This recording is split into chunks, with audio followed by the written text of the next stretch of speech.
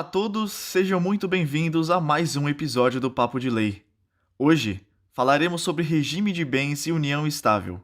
E para falarmos desse tema, estou na companhia da doutora Paula Cristina Teixeira, uma advogada especialista em direito de família.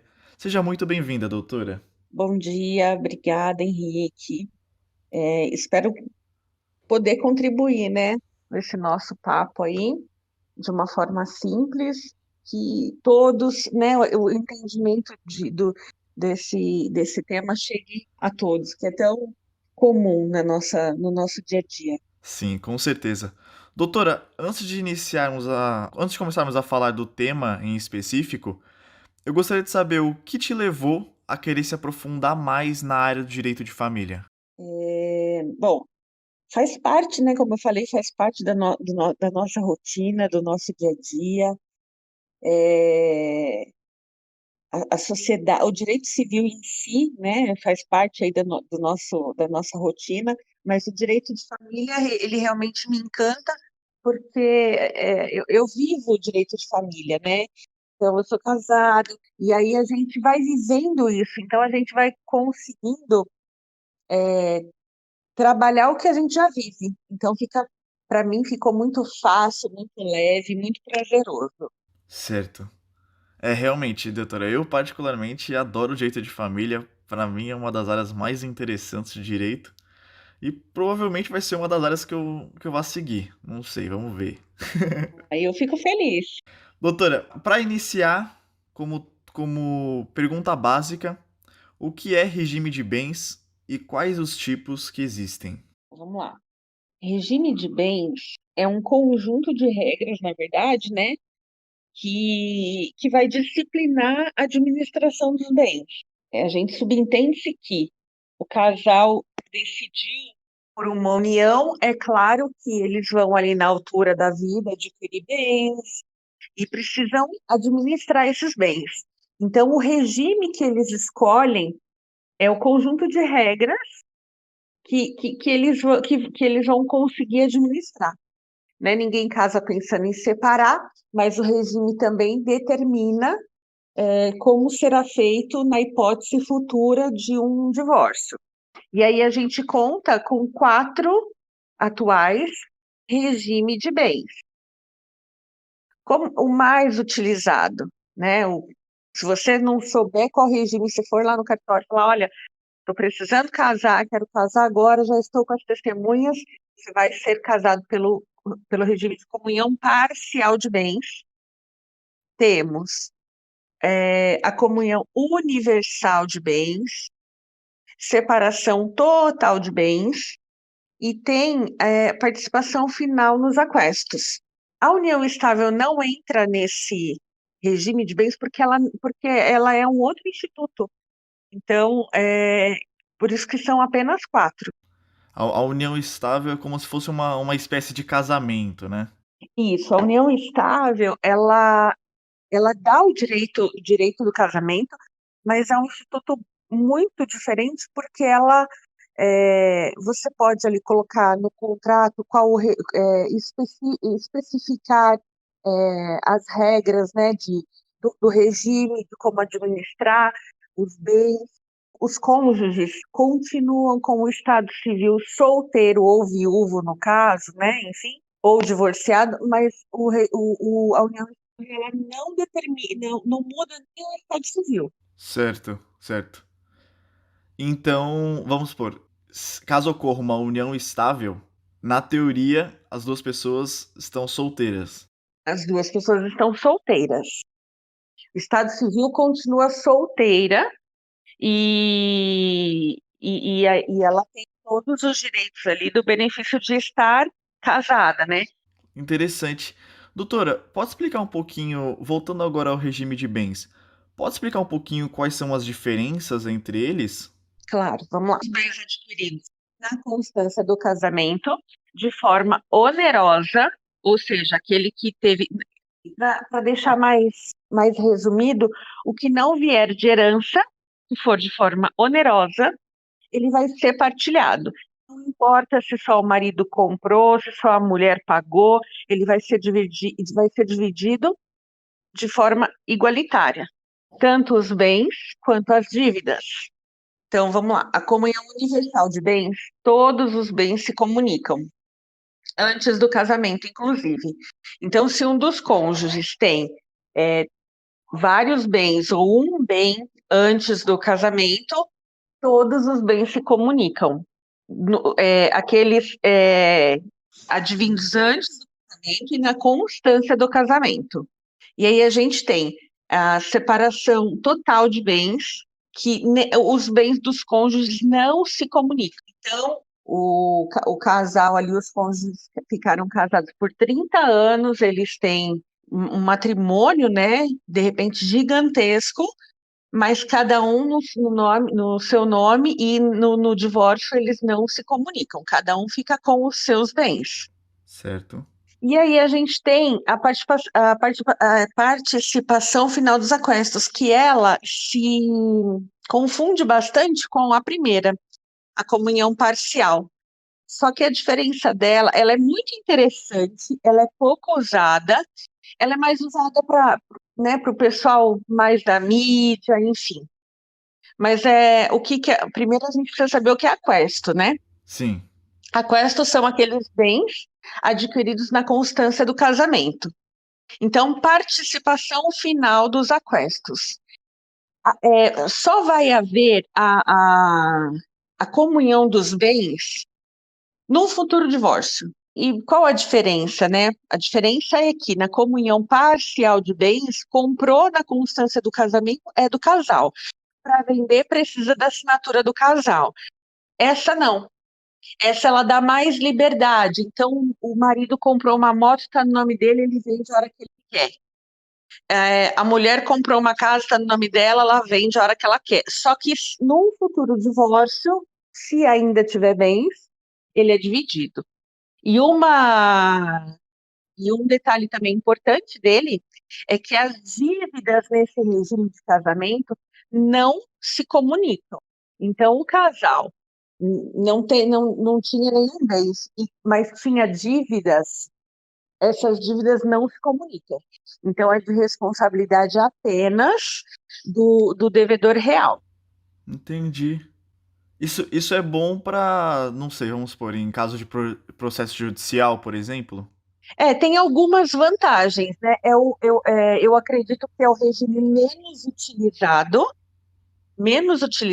né? Sim. Mas ele é interessante porque ele tem algumas peculiaridades. E ele assusta um pouquinho também os cônjuges por conta dessa liberdade, né, que ele dá.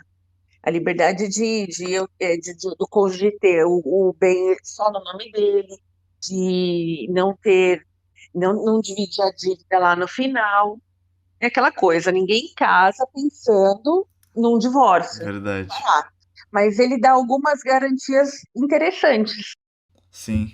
Doutora, falando então sobre regime de bens, é possível mudar o regime durante o casamento? É possível judicialmente, né, com um pedido judicial, só que para isso a gente precisa indicar em juízo um motivo relevante, não colocar em prejuízo a parte contrária, né? Então, é possível desde que tenha um motivo relevante e não cause prejuízo ao cônjuge.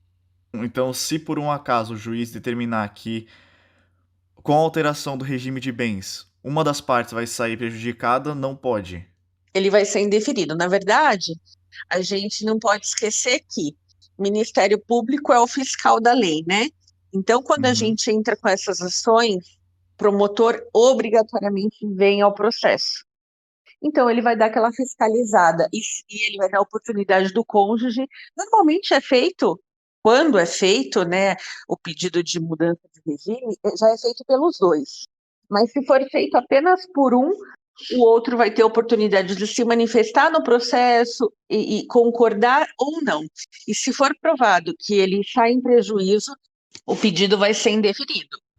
Doutora, existem hipóteses em que os noivos eles não poderão escolher o regime de bens? Existe essa hipótese. E a gente pensa, né, normalmente a gente pensa nos menores de idade, né? Ele não, né, ele vai ter alguma restrição ali para se casar, e na verdade não. Então, quando o menor ele casa, ele já até se ele é emancipado, né? Ele é capacitado para todos os atos da vida civil. Então, o menor ele não tem essa restrição, mas existe essa restrição para pessoas com mais de 70 anos de idade. Essas pessoas obrigatoriamente vão se casar pelo regime de separação total de bens. E isso é interessante e justo, porque de repente tem aquela pessoa de 70, 75 anos que se apaixona por uma pessoa mais jovem e a sociedade costuma dizer, né, que é por interesse, enfim. Então, o legislador quis garantir para essas pessoas elas podem se casar e o patrimônio dela vai ser garantido porque não vai se comunicar com o evento casamento com essa pessoa. Certo. Mas no caso, vamos supor, quando essa pessoa mais velha falecer, o cônjuge vira meeiro? Ele vira meeiro. Então, ele vira meeiro. Se acontecer o evento divórcio, ele não vai ter direito a nenhum bem, né? Não vai Certo. ter direito a essa a partilha. Mas com o evento morte, é garantido a ele a meação. E para os menores de idade, a partir dos 16 anos, como eles foram emancipados, eles podem escolher qualquer tipo de regime de bens, então. Exatamente. Na verdade, com o casamento, com o fator casamento, eles já são automaticamente emancipados. E aí eles escolhem qual regime de casamento. Ok. Doutora, então o que é e quando ocorre a união estável? A doutora tinha falado que ela não faz parte de um regime de bens, ela se compara mais a uma espécie de casamento, mas o que que é? O que seria a união estável? Então, a união estável, ela ela tem algumas características. E essas características precisam ser respeitadas para ela ser reconhecida. Então, algumas características da união estável ela é uma convivência que ela precisa ser duradoura a fim de constituir família. E um outro ponto muito importante, ela precisa ser pública. Então, as pessoas ao redor, a sociedade, precisa reconhecer que, de fato, aquelas pessoas tinham um compromisso, que tinham uma vida em conjunto, que era, sim, duradoura. E a união estável, por que que ela não é considerada como um regime de casamento? Porque os cônjuges podem fazer uma espécie de trato, pacto nupcial e colocar ali o regime que melhor cabe a eles. Certo. Se isso não for feito, a gente cai lá na regrinha da comunhão parcial. Então, a união estável, se não for salvo contrato, ela vai seguir pelo regime de comunhão parcial, onde os bens, a partir da união estável, se comunicam.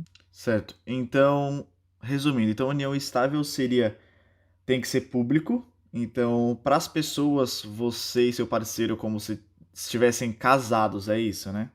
É isso. E ela tem que ter finalidade de constituir família, né? Então, se eles estão ali numa relação e a pessoa viaja, tem outros relacionamentos, mora distante, não tem a intenção realmente de constituir família, vai ser um pouquinho mais difícil para provar a união estável. Sim. E caso ela não seja registrada, não seja formalizada, o regime de bens que ela vai seguir vai ser o de comunhão parcial de bens, que é o comum. Isso. Isso, Ok, que é o que que vai acontecer, como vai refletir, né? Então, nessa união estável. Não fizemos pacto, todo mundo reconhece que éramos casados, e como que eu faço com os bens? Bom, os bens adquiridos na constância dessa união estável serão partilhados. Então, os bens antes dessa união estável, cada um pertence a cada cônjuge, sem essa comunicação. doutora, eu tinha lido um artigo que eu acho que falava sobre o fato dos cônjuges, né, dos parceiros, morarem juntos em uma união estável. Em uma união estável, eles não necessariamente precisam morar juntos, né? Ou precisam? Não necessariamente. Na verdade, nem no regime de casamento indo por quatro. Então, logo, na união estável também não há essa necessidade. Mas assim, mesmo se não for uma união estável formalizada, vamos supor, o pessoal acha que a gente é casado, só que a gente não mora junto, sabe? Às vezes eu frequento muito a casa dela, ou ela frequenta muito a minha casa. Então, aí a gente tem que ter um cuidado. A intenção é de união estável ou a preocupação aí, olha, eu só namoro e, e não quero que caracterize união estável, porque tem muitos namoros longos e duradouros. Só que o casal, ele opta por continuar namorando, eles não querem Sim, se identificarem ali como união estável, né? Então, precisa ter um pouquinho de atenção e cuidado com a vontade realmente ali e a intenção, né, das partes. Porque se é um namoro, o casal compreende que é um namoro. E se for uma união estável, ainda que cada um na sua casa, eles vão ter responsabilidades em comum, ainda que cada um, né, na sua casa, eles vão ter compromissos em comum. Então, a gente precisa ter um olhar um pouquinho mais avançado para isso. certo. Doutor, eu cheguei a ler também sobre contrato de namoro, que é uma espécie de contrato que falam praticamente que as duas pessoas estão namorando, não tem nada além disso. É, Isso é muito utilizado ou não? Porque assim, eu não conheço, eu particularmente não conheço ninguém que tenha feito um contrato de namoro. E eu sei que esse contrato ele pode prevenir que ocorra alguma união estável, que alguém fale que eles estavam em união estável. exatamente. O contrato de namoro ele vira uma modinha, né? Por conta justamente da união estável. Então, para esses namoros longos, duradouros. Só que é um namoro, eles não têm intenção ali de formar família, né? Então, aí foi feito o contrato de namoro, que é cartório. É, é uma relação, pode até ser uma relação duradoura, mas eles não têm a finalidade de constituir família. Então, esse contrato de namoro, ele vai determinar exatamente isso, que eles namoram, né? Que eles namoram e aí descarta qualquer possibilidade de uma união estável. Porque hoje, o que acontece? Os pais se preocupam, procuram para fazer o contrato de namoro, de repente, sabe aquele filho de papai que já tem os bens e aí está recebendo ali um carro, está recebendo um apartamento. Então, os pais ali realmente têm essa preocupação, olha, tá namorando, tá durando, estão até morando junto, só que é só namoro. Então, faz.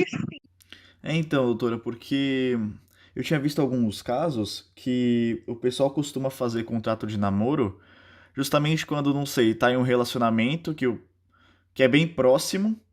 E aí uma das partes compra um cachorro, sabe? Compra algum bichinho, algo que pode causar algum conflito quando eles se separarem. Exatamente. E o cachorro, hoje em dia, o cachorro, ele é considerado parte da família. Então, num divórcio, por exemplo, num divórcio, né, como é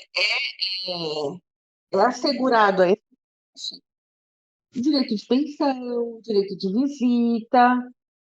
Por mais que isso possa parecer bizarro, não é. Quem pet sabe o carinho Uhum. que nós humanos que a gente consegue ter com esses bichinhos, né? Então, é muito útil também por esse motivo, né? Que Sim. ali, de repente, a pessoa fala, "Olha, eu vou ter um vínculo com essa pessoa por causa do meu cachorro." Nossa, muito interessante, doutora. Doutora, então, para o pessoal que quiser se aprofundar mais nesses assuntos, tanto sobre regime de bens quanto união estável, a doutora teria algum livro para indicar para o pessoal ler? Sim. Tem o regime de bens no casamento e união estável. Gabriel José Pereira Junqueira, que é uma leitura. fácil, é um livro barato e acho bacana. Agora, um dos meus favoritos é qualquer tema do Sussuma, que ele fala, principalmente lições de direito de família. Então, eu sou suspeita porque tive aula com ele, tenho os livros dele, então realmente, então eu gosto bastante. Bom, então, pessoal, todos os livros que a doutora indicou, eles estão na descrição do podcast. Então, aonde você estiver escutando, só olhar a descrição que eles estarão todos aí. Ok. Pessoal, então esse foi o episódio de hoje com a doutora Paula. Muito obrigado pela participação, doutora. Eu que agradeço, um prazer estar aqui contribuindo e estou sempre à disposição. Lembrando que o Instagram da doutora Paula e as redes sociais do Papo de Lei estão na descrição do podcast. Vale a pena conferir para ficar por dentro de todas as atualizações. Por hoje é isso, pessoal. Espero que tenham gostado. Se você gostou, curte e compartilha para nos ajudar a alcançar e, consequentemente, espalhar informações para mais pessoas. Muito obrigado e até o próximo episódio.